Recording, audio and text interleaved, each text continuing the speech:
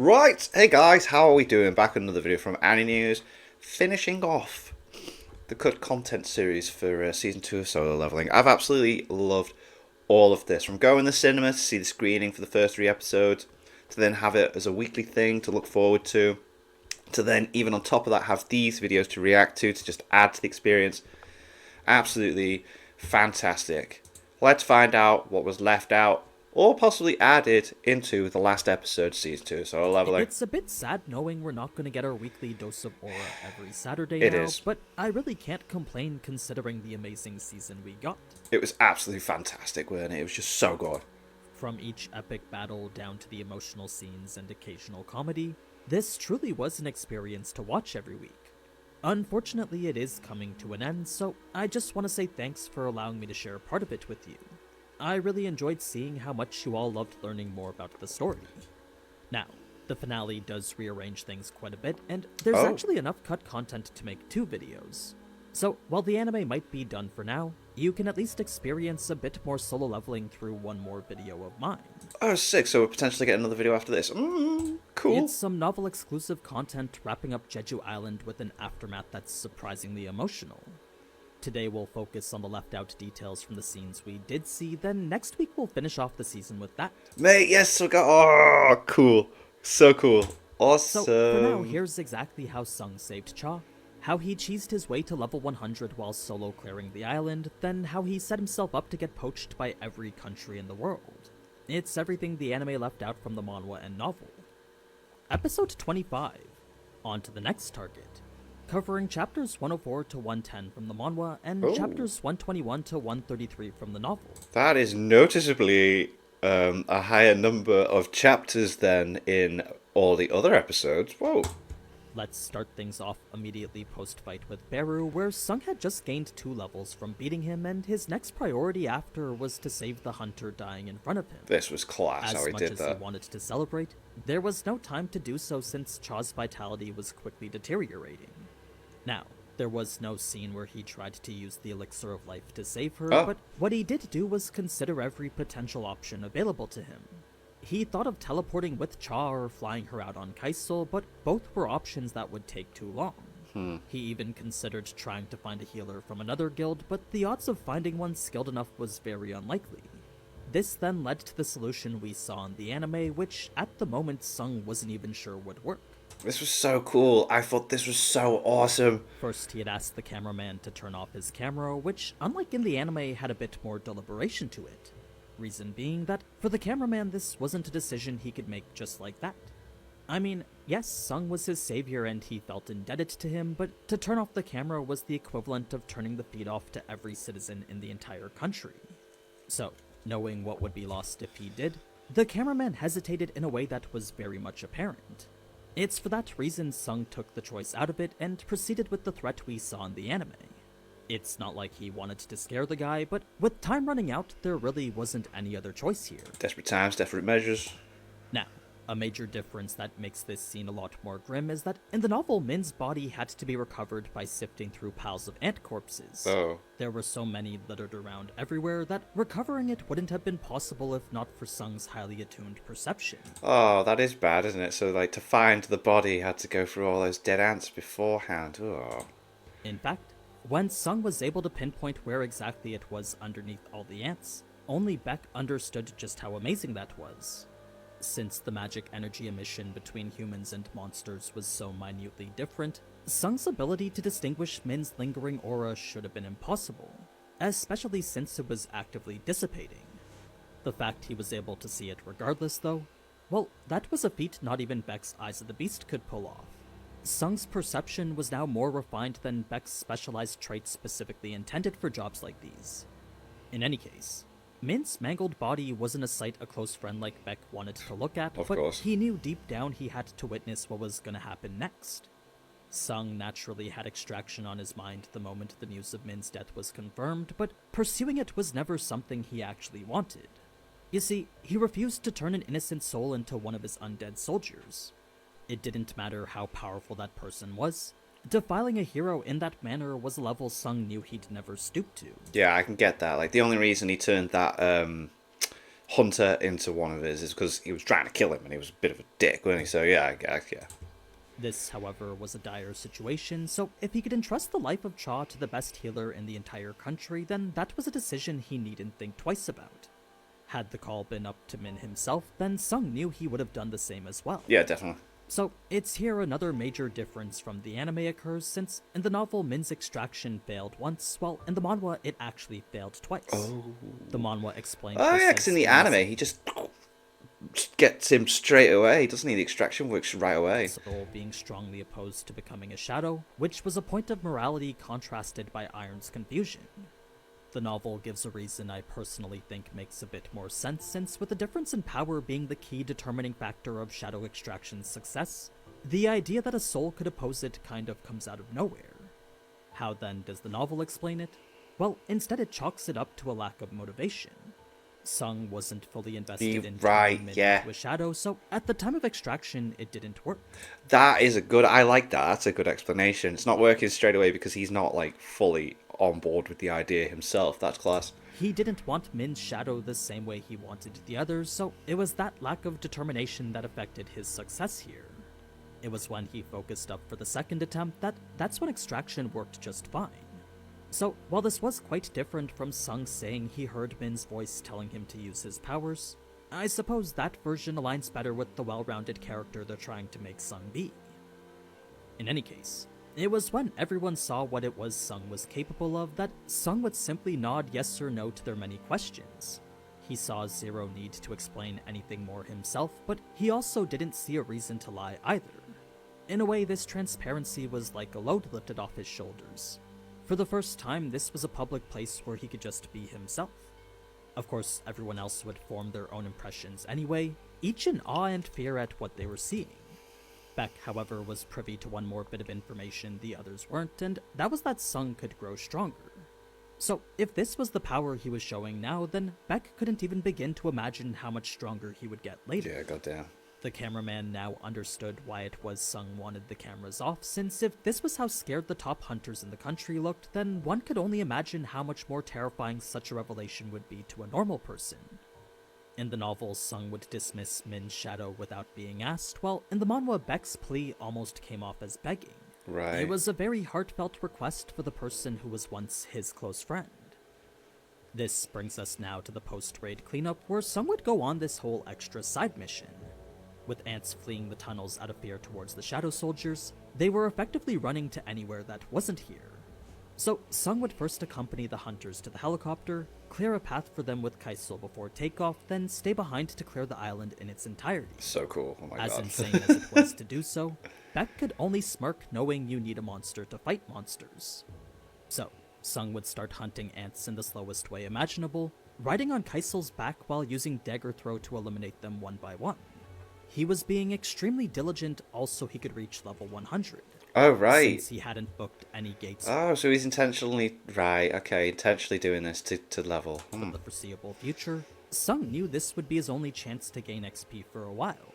He did consider the lucky instance of a potential dungeon break, but that was something Sung realized he probably shouldn't hope for. With the dungeon break being a direct result of one or more raid teams failing, to consider them a good thing was insensitive to those who died for it to happen. The other reason he was farming XP was because he wanted to make sure he was the highest level possible before trying to extract Beru. Failing Min's reminded him of the dreadful feeling that came when extracting Baraka, so in order to give himself the best chances possible, Sung decided he would raise his levels first by any means necessary. So, surveying the island would eventually lead him to the place where the Japanese hunters were killed, revealing multiple bodies filled with extremely powerful magical energy. A more familiar energy would be sensed nearby, but no matter how hard Sung looked, he couldn't find the source's body anywhere. Eventually, he'd realized that there was no body left. With only pools of blood emanating this magic, Sung could tell Goto had been devoured completely. Oh my god. Not a single trace of him was left to try and perform an extraction on. We don't know if that's actually what he wanted to do here, but he did find the death of Japan's strongest utterly meaningless. Fast forward to when every ant on the island was dead, and Sung would feel disappointed since he hadn't yet leveled up to 100. Oh. He would reluctantly proceed into the tunnel to extract Beru regardless, only to pick up on the presence of other monsters. What he sensed was the countless eggs within the nursery, faint magic signals exhibiting almost fully matured ants within.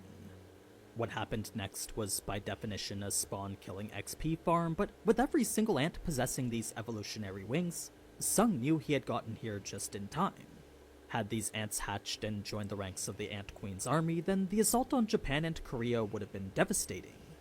Now, the subsequent extermination was pretty much the same, but a quick note to note about the Demon King's longsword is that Sung couldn't replicate the same stun effect that the Demon King used. Okay. It seems that was an ability specific to him.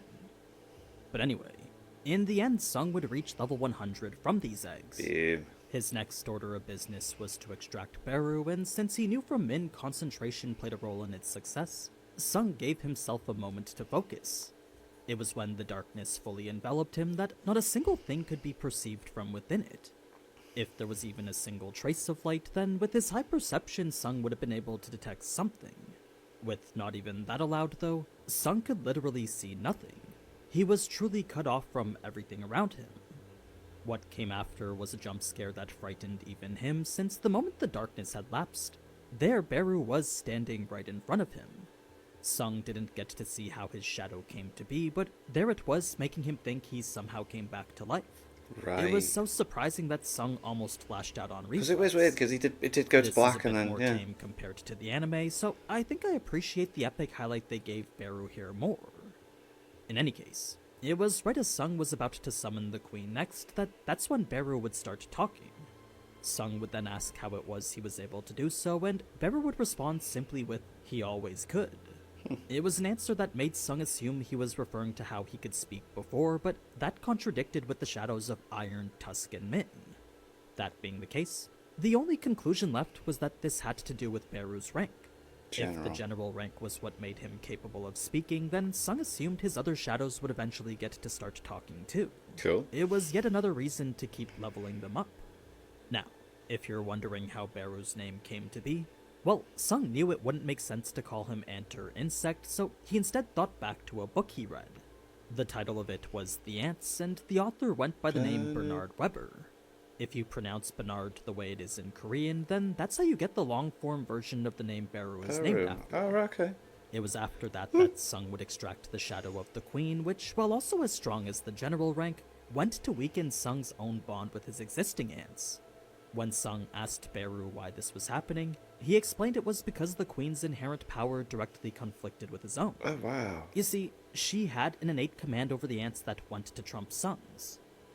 So long as she was alive, any orders Sung wanted to give to the ants would unfortunately have to go through her first. It was a tedious thought that ultimately led him to dismiss her. Yeah, that makes sense. The other Don't reason mess was about how that. incredibly weak she was compared to back when she was alive, which Beru explained was a product of her losing her physical body. Since most of her magic energy was used for reproduction, the fact she was no longer capable of it meant she lost all the magic energy required to make I it love that, happen. like, there's explanations The for queen everything. was It's so never a cool. monster suited for the battlefield, and her status as a shadow pretty much confirmed that.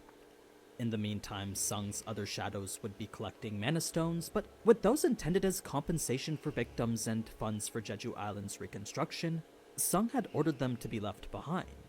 He felt it wrong to keep any for himself. Plus, with Beru's pitch black shard seeming valuable all on its own, Sung figured that was more than enough compensation. Fair enough. In the end, he would be left with that and a total of 570 out of 570 shadows stored. So, that's pretty much That's a it lot of for the role shadows. in the novel, but in the manga, Beru would still proceed to help with cleanup off the island. He would reveal the ants could no longer fight together, making them this disorganized force akin to pests. Sung's request after wouldn't just be to thin out their numbers, it was actually to take out all of them. And while yes, Beru did help the best he could, the complete subjugation effort ended up lasting 2 days total. The ranks of all 5 major guilds were spread across the coast, catching any ants they possibly could. Cool. The ants were, as we saw, also off the coast of China, who, due to their unpredictable arrival, had left the defense force awake for 2 days straight. It's here we meet the national-level hunter Goto always said he was equal to, followed by a clear display of why he was not. For the Korean team that left before Sung, by the time they arrived back home, Chairman Go was right there waiting for him. The last thing he heard was of Cha's dire status, so immediately he found 2 A-rank healers and had them waiting on standby. What those healers found was absolutely nothing, so in the end their efforts weren't needed at all. As far as they could tell, whoever healed her before them had left her spotless. It was for a brief moment that Cha would then wake up here, only to ask the simple question, did Sung show up? You see, Yeah, she knows. She knows he's like the man, doesn't he? Every time something goes right, he's got to be involved. she clearly recognized that Sung's scent was on her, and as a Right. result wanted to confirm whether what she felt while unconscious was a dream or not. As soon as the team confirmed that it was Sung who saved her, Cha would immediately fall back to sleep again. This brings us now to the aftermath with Japan, where the loss of 10 S-ranks left Matsumoto spiraling. Remember, all 20 were sent to Jeju Island in the novel, and only half returned after. Had the Korean hunters been killed alongside their own, then there was a chance the situation could have been salvaged. It's because they weren't, though, that what was happening now could only be described as a disaster. Now the only thing Matsumoto could think about was the conversation he had before the raid. Goto had expressed a potential hiccup requiring modifications to the plan, but that was advice Matsumoto decided to ignore. That being the case, now he couldn't help but ask himself why he chose to do that. I mean, Goto was the one who understood the power of hunters best, so to dismiss his first ever assessment that a Korean hunter was incredible, well, that's where Matsumoto knew he messed up. It was arrogance that went to cost him dearly. Very much If so. they had just analyzed Sung's powers properly beforehand, then he and Japan would have just cooperated in good faith from the get-go. It pained him to know this whole thing could have been avoided entirely. So, that's when Matsumoto would determine one single way to salvage this, and that was to recruit Sung himself. If there was any person who could revitalize the Japanese Hunter Association, Matsumoto knew it was him. He just needed to figure out the best way to do so.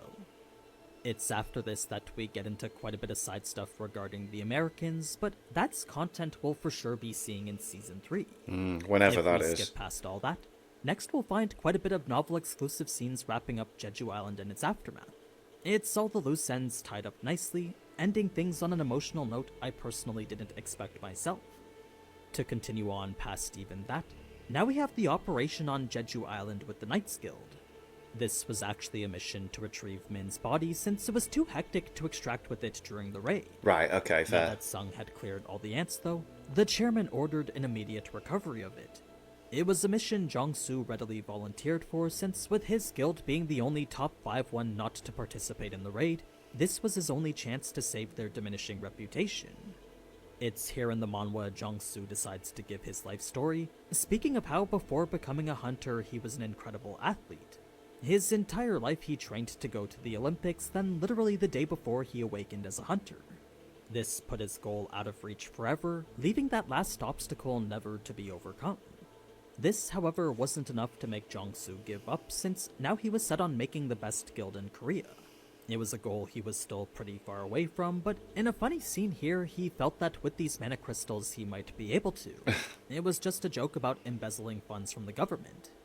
Now, there were numerous military soldiers present as well, and in the novel that made for quite the tense situation. Reason being that they knew if a monster showed up, they were effectively helpless. It's for that reason they couldn't take it easy the same way Jong-soo and his hunters did.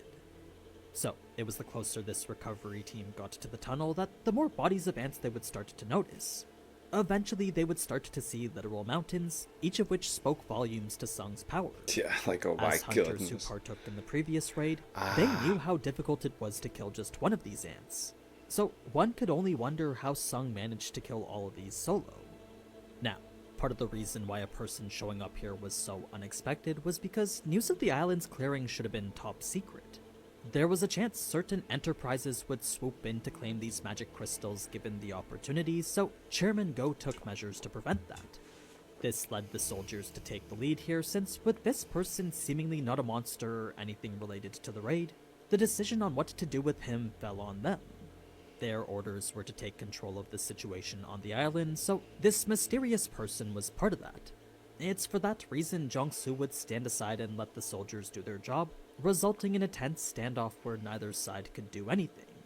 The mysterious person clearly didn't understand any of the orders the soldiers were giving him, and the soldiers weren't so relaxed as to not open fire. It was once this mysterious person started speaking, though, that two terrifying revelations were made one after the other.